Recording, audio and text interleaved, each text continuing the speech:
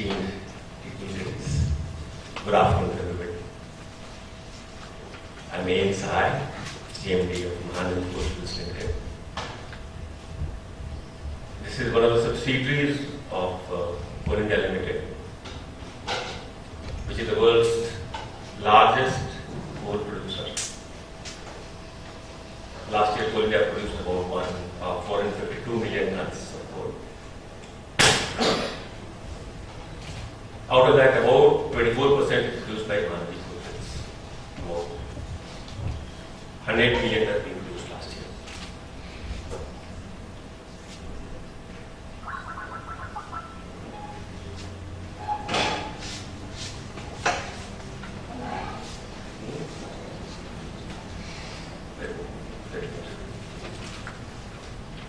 Very good.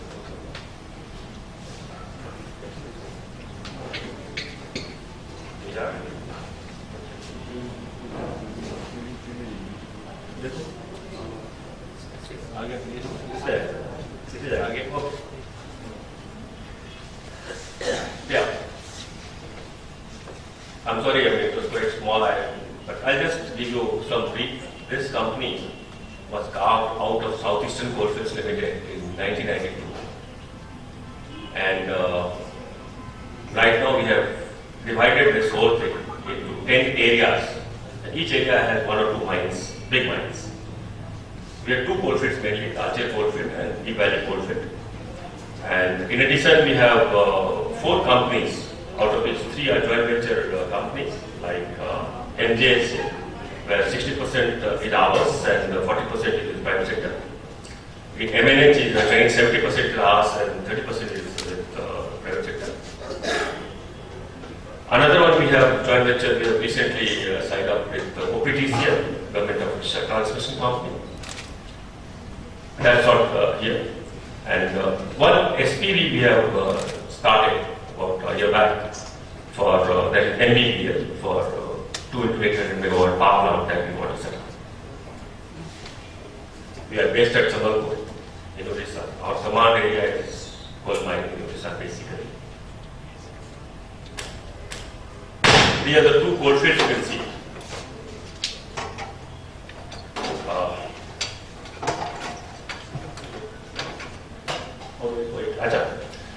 Talcher coalfield and Deep Valley coalfield, these are the 2 coalfields.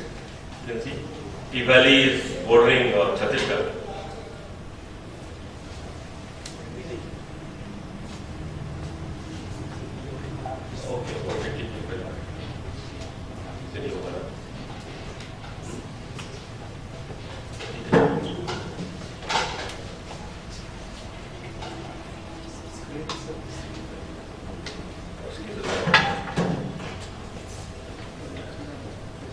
So these are 2 basic coalfields that we have.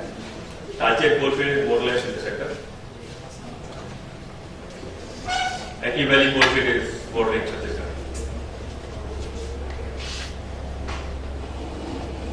Total India's coal reserves are 293 billion tons, out of which Odisha has 71 billion tons. 67% in Talcher and 32% in Deep Valley. This is the graph that shows since 1992, when we started, our production was 23 million tons, and last year we produced about 108 million tons. So this is just to give you an idea. Then we'll go about the key initiatives that we have taken. There's 4 or 5 basic issues. One, of course, that has been missed here is e-auction of coal. That I think Mr. Singh will be talking about. He does our e-auction of coal. Get a detail. The other one is e-procurement. The basic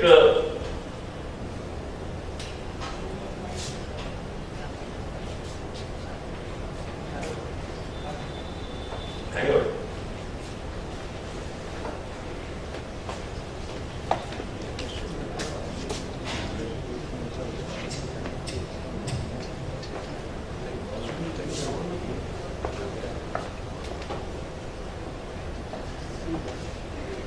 Connectivity problem.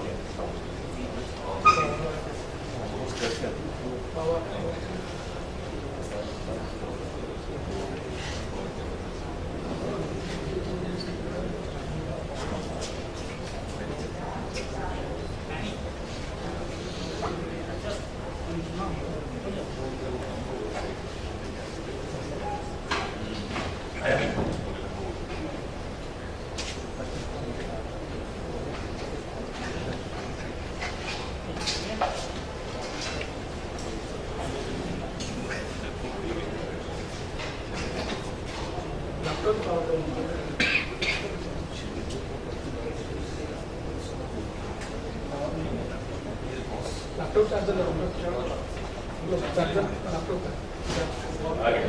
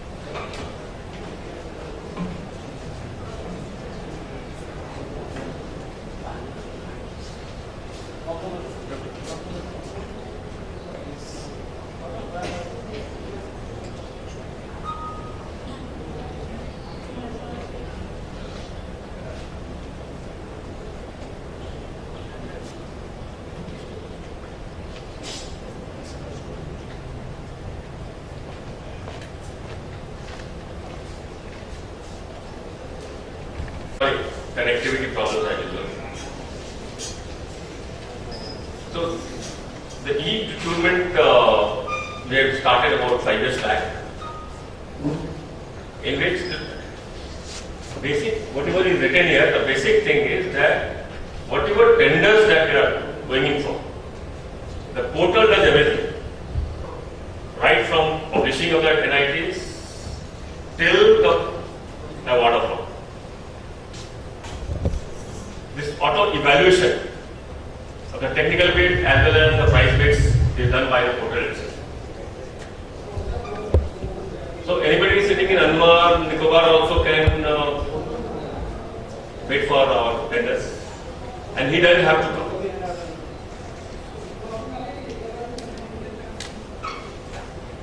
Except, of course, to start the work.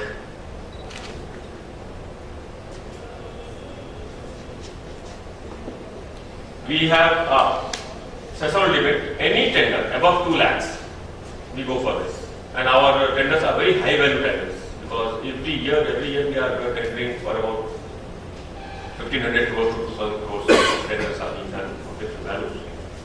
So the minimum threshold is 2 lakhs. It's very quick and convenient.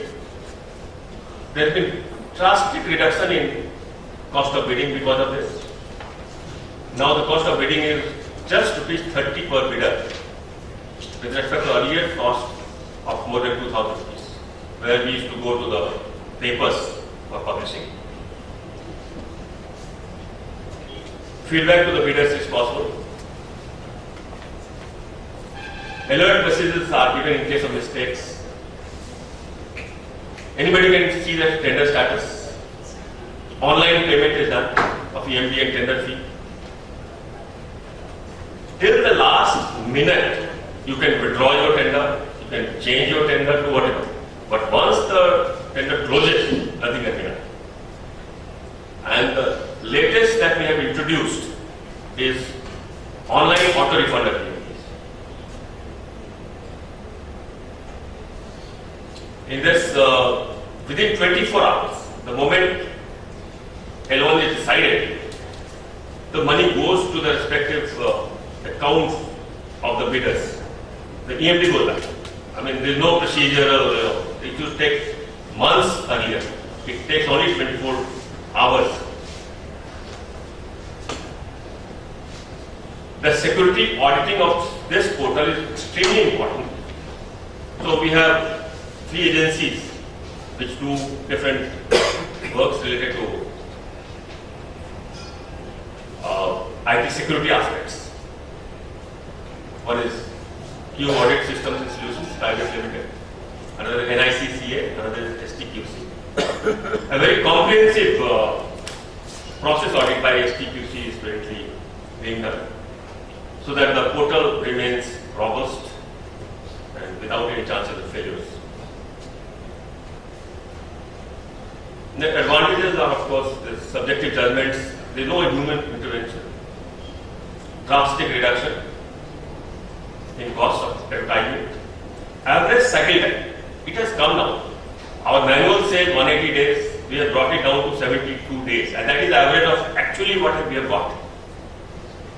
Naturally, bid validity period for tenders also is lower, now from 180 days to 75 days.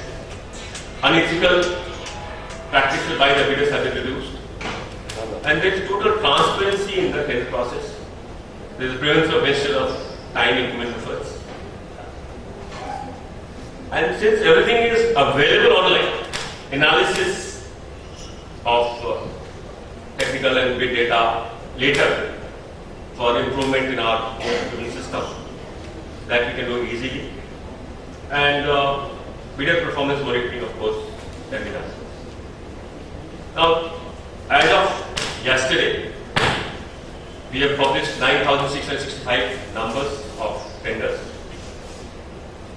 The total value is more than 10,000 crores. Out of that, we have awarded 5,500 tenders. The total value of these tenders is 4,638 crores. And average cycle time from publication to award amount is 72 days. And maximum number of bidders participating in any tender is 17, which is used to be rare in case of manual. This auto refund we were talking about, I was talking about, it has been done this October itself, about 3 months back. The auto transfer of EMD is done within 24 hours. That is the basic idea. And till 15th January, where the figures, we have refunded 18.8 lakhs to 164 unsuccessful bidders. And we are the first PSU to implement this system. And this automated EMD refund has been facilitated by NIC and Axis Bank. Axis Bank has worked with us for about a year to see that this is totally flawless. And for last 3 months, we've been working on this. It's totally flawless. First, we started in October on a pilot basis, and now it is being done regularly.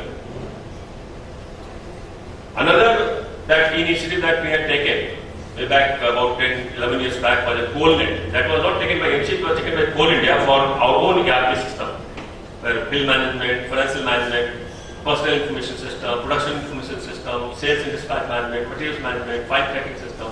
All these things are modules that we are using. And it is being used regularly. In fact, there are more modules that we are one by one we are bringing in, which we had not been using. There are 14 more modules total, out of which I think 7, 8 we are using. Others also we are implementing one after another. Recently, we have introduced 40 in-motion wave bridges, and total wave bridges we have is about 131 now. And real-time data capture from in-motion road wave bridges from all the production areas we are getting. So we know exactly how much we are producing after wave. That was never there, and that used to be a lot of, there used to be a lot of speculation on this. Actually, how much we have produced, nobody knows. Because the tippers used to come or the dumpers used to come and dump on the stock. So it could be, say, 10 tons, 15 tons, 16 tons, 17 tons. I mean, on the basis of some averaging we used to do. Now we are actually weighing it. So we know exactly how much we are producing and how much we are dispatching. This is just some photographs that I am showing. That is actually going on. This is operator independent truck dispatch system. Now, what we talked about was coal, because now we know exactly how much we are producing. So coal, theft and all that, this we have reduced.